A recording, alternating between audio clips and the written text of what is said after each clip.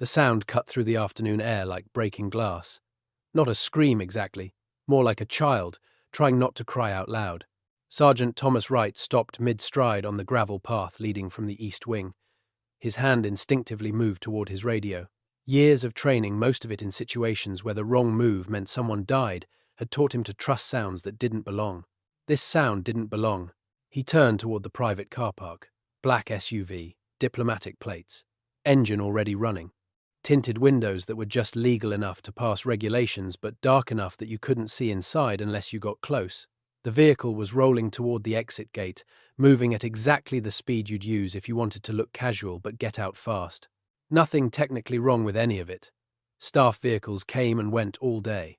But Wright had been at the palace for 3 years now, and before that he'd spent 8 years in situations where reading a scene quickly was the difference between coming home and coming home in a box.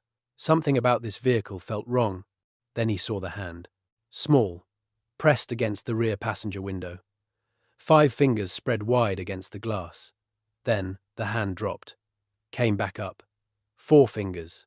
Dropped again. 3 fingers. 2. 1. That wasn't a child playing. That was a countdown. An SOS. Wright didn't hesitate. His body moved before his mind finished processing what he'd seen. He ran toward the vehicle, his dress shoes hitting the gravel hard. The SUV was picking up speed now, heading for the security gate that was already opening on its automated schedule. Stop. Palace security. His voice carried the kind of authority that came from commanding soldiers in combat, not from standing still in a ceremonial uniform. The SUV didn't stop. But before we get into what happened next, make sure you hit that subscribe button on Crown Watch and let us know in the comments where you're watching from. Now, back to the story. Wright reached the security booth as the SUV approached the gate. The guard on duty, Stevens, 22 years old, new to palace service, looked confused at the commotion. Close the gate, Wright ordered. Stevens hesitated. Protocol said vehicles with diplomatic clearance had right of way. The SUV had the correct permits displayed on the dashboard. Now, Stevens, close it now. Something in Wright's tone, maybe the combat veteran authority, maybe just the absolute certainty, made Stevens hit the button. The iron gate began sliding closed. The SUV was 10 feet away. 8. 6. The driver slammed the brakes. The vehicle stopped 18 inches from the closing gate. Through the windshield, Wright could see the driver's face. Not a regular palace driver, someone he didn't recognize. Male, mid-40s, wearing a dark suit. The man's expression wasn't confused or apologetic. It was angry. Wright approached the driver's side, his body language careful and controlled. His hand stayed near his radio but didn't reach for it yet. Give them a chance to explain. Maybe there was a legitimate reason for all this. Sir, I need you to lower your window. The window came down 2 inches, just enough to talk through. There a problem, Sergeant? The driver's accent was London, educated, professional. His tone suggested Wright was being unreasonable. I need to see your authorization for this vehicle departure. Everything's in order. Diplomatic clearance. Check the dashboard. Wright could see the papers.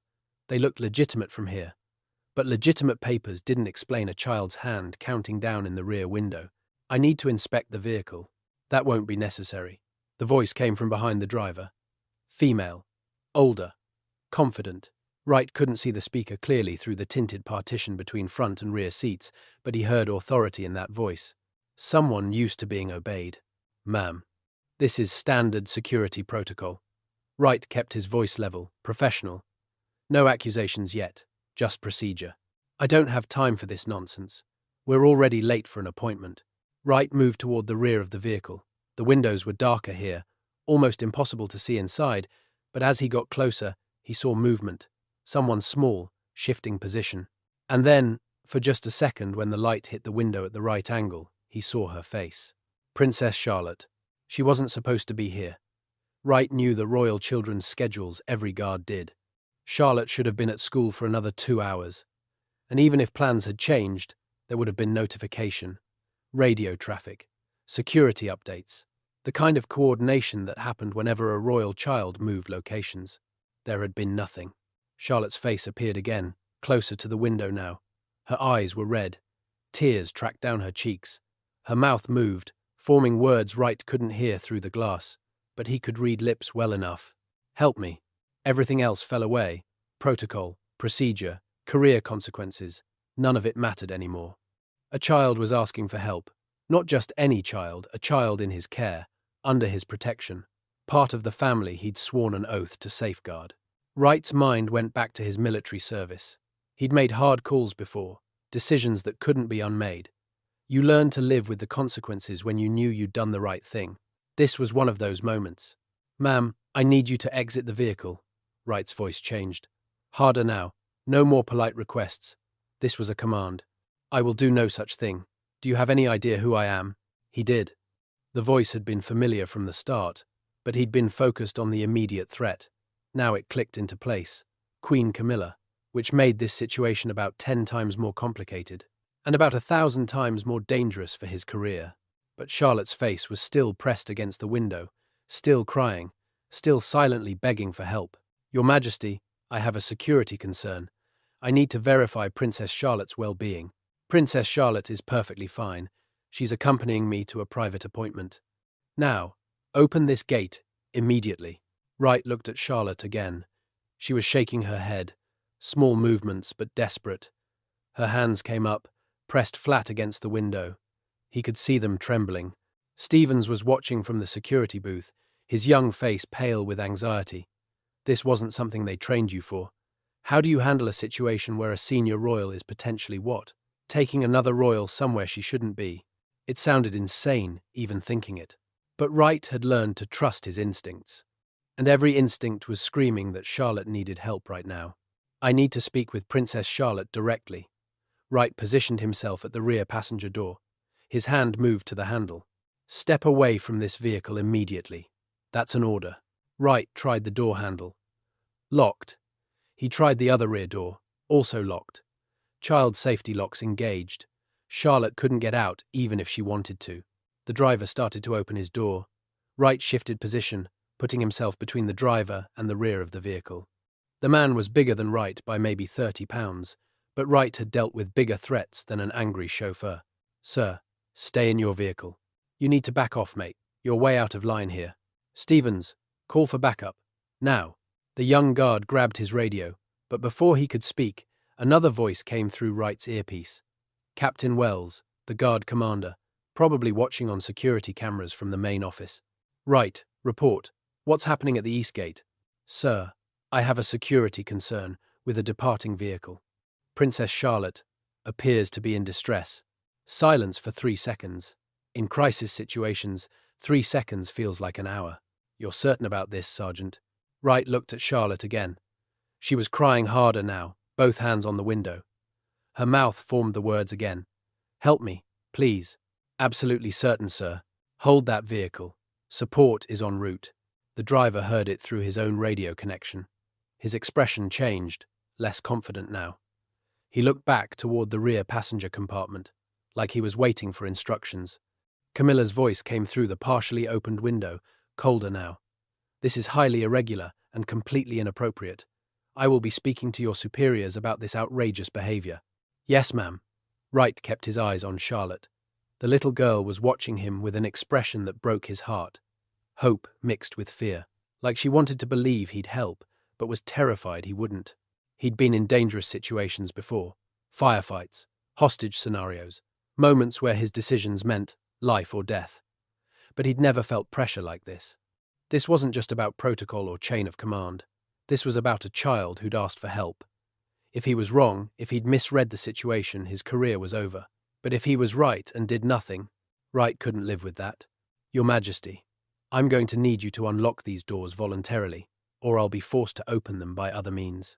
You wouldn't dare. Wright pulled his ASP baton from his belt, standard equipment, usually just for show. He'd never actually used it on duty at the palace. He extended it with a sharp flick of his wrist. Sergeant, I'm ordering you to stand down immediately. The driver's door opened. The big man stepped out, moving around the front of the vehicle toward Wright. His body language was aggressive, confrontational. Wright shifted his stance, turning slightly to keep both the driver and the vehicle in his line of sight. I don't want trouble, Wright said quietly. But that child needs help. and I'm not leaving until I know she's safe. The driver kept coming. Wright's training kicked in automatically. Assess the threat. Calculate the response. Stay calm. The man was larger, probably strong, but he moved like someone who'd never been in a real fight. All confidence and intimidation, no actual combat experience. Last warning, stay back. The driver reached for Wright's arm. Wright moved, not dramatic, not showy, just efficient. He sidestepped, used the man's own momentum against him, and had him face down on the gravel in about 2 seconds. One knee on the driver's back, one hand controlling his arm. Don't move. Don't make this worse. From inside the vehicle, Camilla's voice rose, shrill now instead of authoritative. This is assault! You're assaulting a member of my staff. Wright kept his weight on the driver, his other hand still holding the baton. He approached me in a threatening manner while I was performing a security check. Stevens, you saw that, correct? Stevens nodded, his face even paler. Yes, Sergeant, I saw it. Footsteps on gravel. Running. Multiple people. Backup arriving. Wright felt a wave of relief. Whatever happened next, at least he wasn't alone anymore. 2 more guards appeared, both senior staff Wright knew well, Sergeant Barrett and Sergeant Vale. Behind them, moving at a brisk walk, Captain Wells himself. Wells took in the scene, Wright holding the driver, the stopped vehicle, the closed gate. His expression was unreadable. Sergeant Wright, report. Sir, Princess Charlotte is in that vehicle. She appears distressed. I observed her making distress signals through the window. When I attempted to verify her well-being, I was refused access. Wells looked at the vehicle, then at Camilla's window. Your Majesty, I apologize for the disruption. If you could please unlock the doors so we can quickly verify everyone's safety, we can resolve this situation. This is absurd. There is no situation. Princess Charlotte is accompanying me with full authorization. This guard has overstepped his authority dramatically, and I expect immediate disciplinary action. I understand your concern, ma'am. However, standard protocol requires us to verify the well-being of any royal family member when a security concern is raised. If you could please cooperate, this will be resolved quickly. The standoff lasted maybe 10 seconds. Then, with an audible click, the door locks disengaged. Wright stood up, letting the driver go. Barrett helped the man to his feet, keeping a hand on his arm just in case. Wright moved to the rear passenger door and opened it carefully. Charlotte practically fell out. She stumbled, caught herself, and then threw her arms around Wright's waist. She was shaking, crying, holding onto him like he was the only solid thing in a collapsing world. Wright gently placed one hand on her shoulder, steady and protective but appropriate. You're safe now. I've got you. Charlotte looked up at him. Her face was tear-stained, her eyes red and puffy. She said if I told anyone, something bad would happen to Mum. She said it had to be our secret. The world seemed to stop. Every guard present heard those words. Stevens in his booth, Barrett still holding the driver, Vale standing ready, Wells with his hand frozen near his radio. Camilla's voice came from the other side of the vehicle. The child is confused. She's been under stress lately. I was simply taking her to see a therapist, a private appointment arranged through... No. Charlotte's voice was small but clear. That's not true. You said we were going somewhere far away. You said by the time anyone figured it out, it would be too late. Wells pulled out his radio. This is Captain Wells. We have a code red situation at the East Gate. I need senior palace security, Metropolitan Police, and immediate contact with the Prince and Princess of Wales. Now, what happened next shocked everyone who witnessed it. But first, drop a comment and let us know. Would you have done the same thing in his position? Now, here's what unfolded in the minutes that followed. The next 20 minutes moved in a strange blur of controlled chaos. More guards arrived. Police appeared, their vehicles rolling through the now open gate, with lights flashing but no sirens. Someone Wright wasn't sure who had the presence of mind to shield Charlotte from view, moving her into the security booth, where she couldn't be photographed by any telephoto lenses that might be watching from beyond the palace walls. Wright stayed with her. Wells hadn't ordered him to, but Wright couldn't bring himself to leave. Charlotte sat in Stevens's chair, still shaking, accepting a blanket someone had found and a cup of water she didn't drink. My mum told me, Charlotte said quietly, her voice barely audible over the activity outside. She told me if I'm ever really scared, if something feels really wrong, I should tell a guard. Any guard. She said you'd all keep me safe. Wright knelt down so he was at her eye level. Your mum was right. That's our job. That's why we're here. But she said something bad would happen if I told. Who said that? Was it Queen Camilla? Charlotte nodded, fresh tears spilling down her cheeks. She said it really nicely, though, like she was being kind. But her eyes were wrong. Do you know what I mean? When someone's smiling but their eyes aren't smiling? Wright knew exactly what she meant. He'd seen that look before, on people who were very good at hiding their real intentions. Outside, Camilla had been escorted from the vehicle. She stood near the SUV, her posture rigid, her expression a carefully maintained mask of indignation. 2 police officers stood with her, not touching but positioned close enough to respond if she tried to leave. The driver had been separated, placed in a different patrol car, unable to coordinate stories with his employer. Detective Inspector Sarah Chen arrived, a compact woman in her mid-40s with sharp eyes and a no-nonsense demeanor. Wright had worked with her before on a previous security incident. She was thorough, fair, and absolutely impossible to intimidate regardless of someone's title or position. Chen spoke briefly with Wells, took notes, then came into the security booth. She crouched down near Charlotte, her movements gentle and non-threatening. Hello, Charlotte. I'm Detective Inspector Chen. Is it all right if I ask you a few questions? Charlotte looked at Wright. He nodded encouragement. She turned back to Chen and nodded. Can you tell me what happened today? Take your time. Start from wherever you want. Charlotte took a shaky breath. I was finishing lunch at school. One of the staff came and said Queen Camilla wanted to see me, that she was picking me up early for something special. Did that seem unusual to you? A bit, but she's queen now, so I thought maybe it was official. Royal things I had to do. Chen wrote notes in careful handwriting. What happened when you got into the car? At first, she was really nice, asking about school and my friends. Then she made a phone call. I couldn't hear all of it. But she said something about, the window is now, and they won't know until it's too late. That's when I started feeling scared. Did you try to tell her you wanted to go back? Charlotte nodded. I said, maybe we should call Mum first, just to let her know. That's when she got different. Still smiling, but cold. She said this was a secret between us. That Mum had been under so much stress lately, and if I told her about our special trip, it might make her sick. Really sick. Chen's pen paused on her notepad. Did she say where you were going? She said it was a surprise. A country house. Very private, where we could spend time together without any interruptions. She said, I'd like it there, but we had to leave right away. When did you start trying to signal for help? When I saw him, Charlotte pointed at Wright. I remembered what Mum taught us, the countdown thing. 5 fingers, then 4, then 3. It means I need help right now. Chen looked at Wright with something that might have been respect. You know that signal? I know a distress signal when I see one, Wright said quietly. Might not have known the specific code, but I knew it meant trouble. More vehicles arrived outside. Wright recognized the distinctive motorcade formation. His stomach tightened. The Prince and Princess of Wales were here.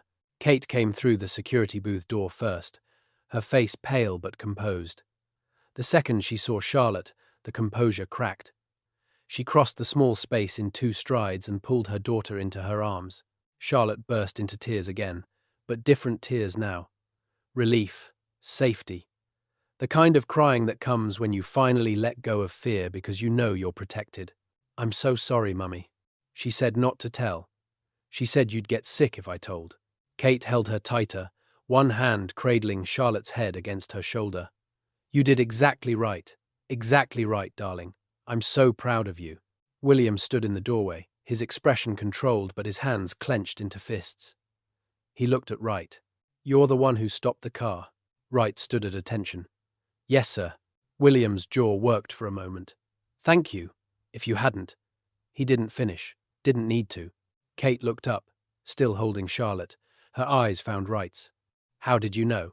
She was signaling through the window, ma'am. 5 fingers, then 4, then 3. I didn't know what it meant exactly, but I knew it meant she needed help. Kate's eyes filled with tears, but she blinked them back.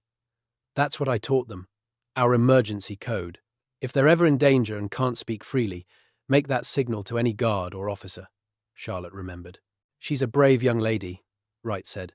Charlotte pulled back from her mother just enough to look at Wright. You came. When I asked for help, you came. Always, Wright said simply. That's the job. Chen continued her questioning, but gently, aware that Charlotte was still in shock. William stepped outside with Wells and several senior police officials. Wright could see them through the booth window, having a conversation that looked intense and serious. Kate stayed with Charlotte, who was calming down now, the shaking subsiding. Stevens had found some biscuits from somewhere, and Charlotte was eating one slowly, mechanically, like her body remembered it should be hungry even though her mind was elsewhere. About 30 minutes later, Chen closed her notebook. Charlotte, you've been incredibly helpful and incredibly brave. We have enough for now. Your parents are going to take you home, and we'll have officers nearby just in case, all right? Charlotte nodded. She looked exhausted, like the adrenaline had burned through her and left nothing but tiredness behind. As Kate helped Charlotte stand, preparing to leave, Charlotte turned back to Wright. What's your name? Sergeant Thomas Wright, Your Royal Highness. Thank you, Sergeant Wright, for believing me. They left in a secure vehicle, surrounded by protection officers and police escort. Wright watched them go, then realized his own hands were shaking slightly. Delayed adrenaline response. It happened sometimes after high-stress situations. Wells appeared beside him. My office. 1 hour. We need a full written report. Yes, sir. And Wright? That was good work. Difficult situation. You handled it correctly. Wells walked away before Wright could respond. Through the booth window, Wright could see Camilla still standing near the SUV, now in earnest conversation with her lawyer who'd arrived at some point. Her expression was no longer indignant. It was calculating. Worried. Barrett came over, clapping Wright on the shoulder. Hell of a day, mate. Yeah. You know your career could have ended if you were wrong. I know. But you did it anyway.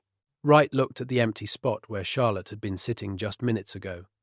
She's a child. She needed help. Everything else was secondary.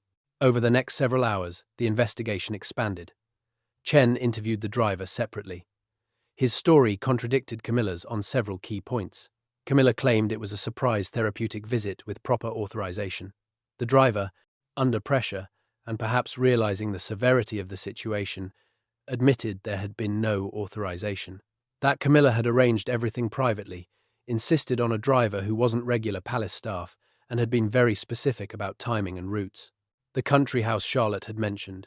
Investigators found it belonged to a private trust, very remote, purchased recently under a shell company that eventually traced back to accounts connected to Camilla's personal finances. A place where someone could be kept out of sight for days or weeks without discovery. The phone call Charlotte had overheard. Phone records confirmed it. Camilla had called someone. Investigators were still tracing the recipient, and the timing matched exactly when Charlotte had first felt afraid. More importantly, school records showed that no one with authority had requested Charlotte's early departure. The staff member who'd collected her had been told by someone claiming to be from palace administration that it was an approved pickup. That person had never been identified. We're approaching the moment that changed everything. If you haven't subscribed to Crown Watch yet, do it now. We share stories like this every single day. Now let's get to what happened when the full truth came out. The investigation moved quickly, driven in part by William's fury and in part by Kate's determination that nothing like this could ever happen again. Within 48 hours, the picture became clear and damning. Camilla had been planning this for weeks. The country house purchase, the recruitment of staff members who had no palace connections and wouldn't ask questions, the timing chosen specifically when William and Kate would both be occupied with official engagements and wouldn't immediately notice Charlotte's absence from her normal schedule. The intent remained murky. Camilla's lawyers insisted it was merely an ill-advised but well-intentioned plan to bond with her step-granddaughter privately. Prosecutors suspected it was something darker, possibly an attempt to gain leverage over William by controlling access to Charlotte. The truth probably lay somewhere in between, but the execution had been deceptive, manipulative, and dangerous. The Metropolitan Police presented their findings to palace officials and the Crown Prosecution Service. Technically, charges could be filed: kidnapping, child endangerment, false imprisonment.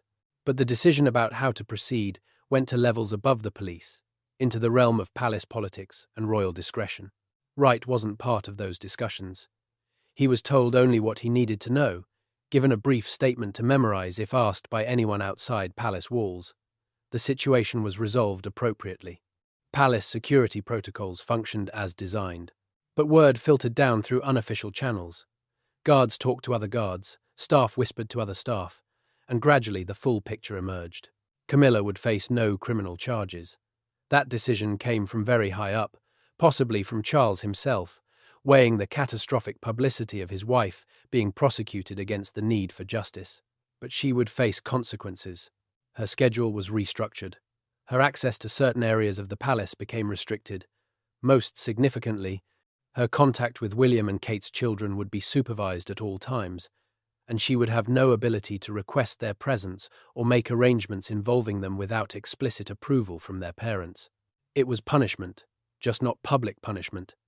The palace way of handling internal problems. Quiet, permanent, effective. Charles himself never made a public statement about the incident, but those close to him reported that the king had been shaken by what his wife had attempted. Whether that would lead to further consequences in their relationship remained to be seen. For Wright, life returned to something resembling normal. He finished his written report, 6 pages of precise, factual description, with no editorial commentary. He answered questions from investigators. He repeated his story to multiple officials, each time consistent because it was simply the truth. 5 days after the incident, he received a summons to report to a private office in the palace's administrative wing. No explanation, just a time and place. He arrived in full-dress uniform, uncertain what to expect. A formal commendation? A quiet reprimand for the manner in which he'd handled the situation? Possible reassignment? Princess Kate was waiting.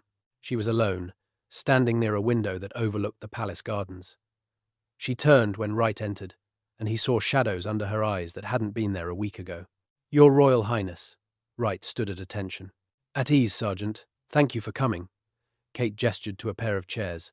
"Please, sit." Wright sat, still uncertain about the purpose of this meeting.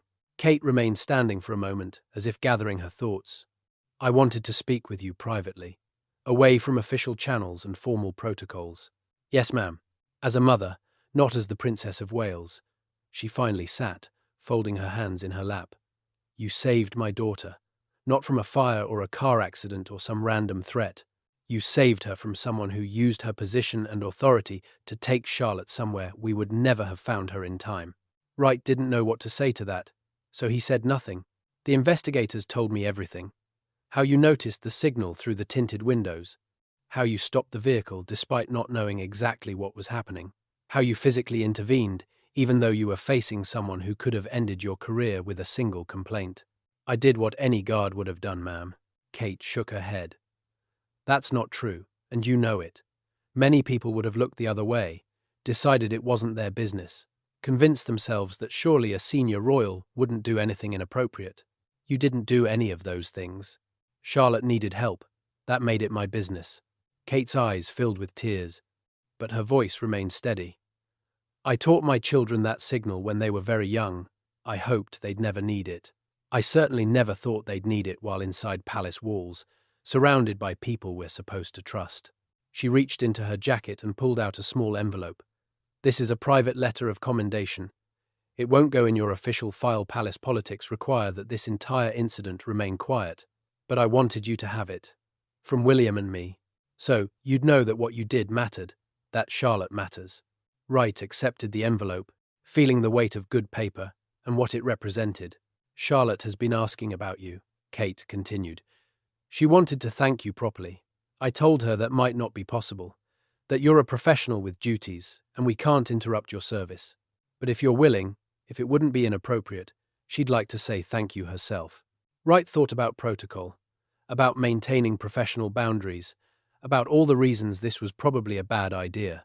Then he thought about a little girl's tear-stained face pressed against a car window, counting down with her fingers, hoping someone would understand. "I'd be honored, ma'am."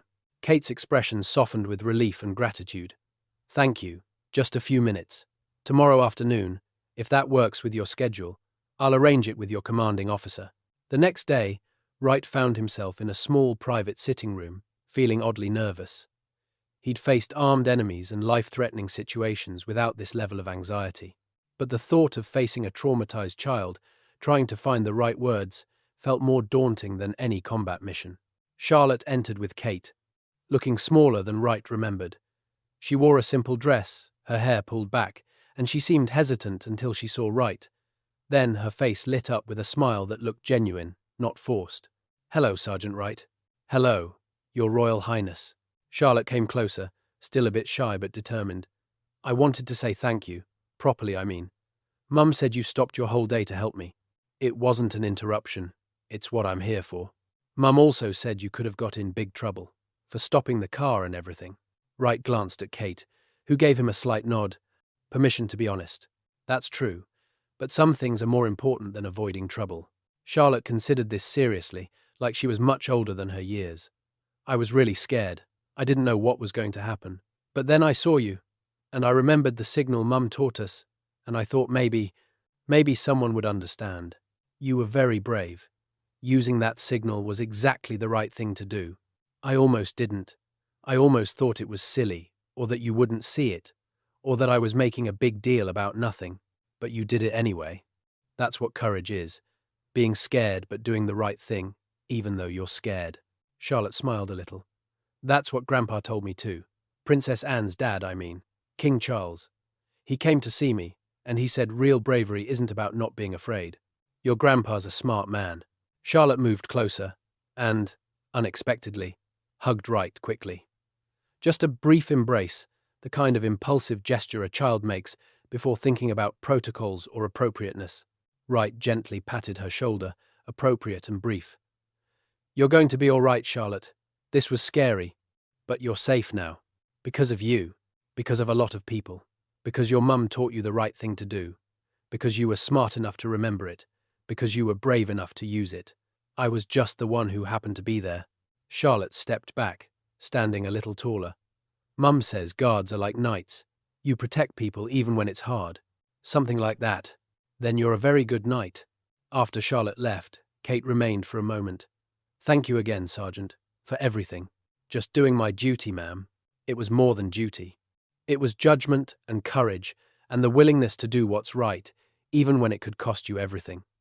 Kate moved toward the door, then paused. The world thinks guards are just ceremonial, standing still in fancy uniforms for tourists. They don't understand what you really are. "And what's that, ma'am?" "The last line of defense. The ones who actually have to make the hard decisions when something goes wrong. The ones who have to choose between the rules and what's right." She met his eyes. "Thank you for choosing right." In the weeks that followed, the incident faded from immediate awareness, buried under the usual flow of palace life and royal duties, but the consequences rippled outward in ways both visible and hidden. Camilla's public appearances became less frequent. When she did appear, she was never alone with any of the younger royals. Security protocols were reviewed and strengthened. The vetting process for anyone interacting with royal children became more stringent. Charlotte returned to school, surrounded by enhanced but discreet protection. Kate personally briefed all the guards on Charlotte's detail, making it clear that any unusual requests or changes to routine should be questioned and verified, regardless of who made them. The driver who'd helped Camilla disappeared from palace employment. Wright heard rumors he'd been paid off, quietly encouraged to take a position overseas, where his knowledge of internal palace operations would be less problematic. Wright himself returned to normal duties, shifts at various posts, routine patrols, the ceremonial stillness that tourists photographed without understanding what it really represented. His career hadn't suffered, if anything. He noticed subtle signs of advancement. Better assignments, more responsibility, the kind of recognition that came without official acknowledgement. He saw Charlotte occasionally, at public events or when she was moving through palace areas with her family. She always noticed him, always gave a small wave or smile, a quiet acknowledgement of what had happened and what it meant. 3 months after the incident, Wright was recommended for a promotion. The recommendation came from Captain Wells, but Wright suspected influence from higher sources. It was how the palace worked. Quiet rewards for quiet service. Nothing dramatic, nothing that would draw attention or require explanation. But Wright knew, and that was enough. One evening, finishing a shift as spring moved towards summer, Wright walked the same path where he'd first heard Charlotte's distressed sound through the car window. The gravel crunched under his feet in the peaceful quiet of late afternoon. He thought about the decision he'd made that day, the split-second choice to trust his instincts over protocol, to see a child in danger instead of seeing potential career suicide. Some of his fellow guards had quietly expressed admiration. Others had suggested he'd been lucky that it had turned out the way it did. If he'd been wrong, if Charlotte had been fine, and this had just been an authorized pickup with unfortunate optics, Wright would probably be working private security somewhere, his royal service finished. But he hadn't been wrong, and a child was safe because he'd trusted what he saw instead of what he was told. Wright had learned something important during his military service, something that was just as true at the palace. Rules and protocols existed for good reasons, but they couldn't cover every situation, couldn't account for every threat. Sometimes you had to trust your training, your instincts, and your fundamental sense of right and wrong. Sometimes you had to be willing to force open the door when a child was crying on the other side. The evening light slanted across the palace walls, golden and peaceful. Tourists gathered at the gates, taking photos, marveling at the guards in their distinctive uniforms. They saw ceremony and tradition. They didn't see the reality: men and women prepared to make hard choices, trained to recognize when something was wrong, ready to act even when acting could cost them everything. Wright reached the east gate where it had all happened. Stevens was on duty again, looking more confident than he had 3 months ago. The young guard nodded respectfully. "Evening, Sergeant." "Evening, Stevens. Quiet day?" "Very quiet, sir. Just the way I like it." Wright smiled slightly. "The best days are the quiet ones. The days when nothing happens and everyone goes home safe." "Yes, sir. Though I have to say." Stevens hesitated, then continued. "What happened here that day? What you did. It's why I wanted this job. To be someone who makes a difference when it matters. Then you're here for the right reasons." Wright continued his patrol, the gravel path winding through the palace grounds. Somewhere inside those ancient walls, Charlotte was probably having dinner with her family, safe and protected. Camilla was somewhere too, her power and access diminished, her plans permanently thwarted. And Wright was exactly where he was supposed to be, not seeking glory or recognition, just ready for the next time someone needed help, ready to make the hard choice, ready to be the person who saw danger and acted, regardless of the cost. Because that's what real duty meant, not the ceremony or tradition, not the uniform or the protocol. Real duty meant being willing to stand between harm and the people you were sworn to protect, even when the harm came from unexpected places. Even when standing up meant standing alone. Wright had learned that in combat zones far from here. He'd proven it on a spring afternoon at the palace gate, and he'd carry that lesson with him for every day of service that remained. The last line of defense wasn't about weapons or walls. It was about judgment, courage, the willingness to see what was really happening instead of what was supposed to be happening. It was about forcing open the door when a child needed help, regardless of who was on the other side. If this story showed you something about the Royal Guards you didn't know before, make sure you're subscribed to Crown Watch. We share these untold stories from inside the palace every single day. Tomorrow's story reveals what happened when a guard noticed something impossible in the Queen's private chambers, an object that had been buried with Princess Diana years ago. You won't want to miss it. Drop a comment below and let us know. Would you have had the courage to stop that car, knowing it could end your career? We'll see you in the next one.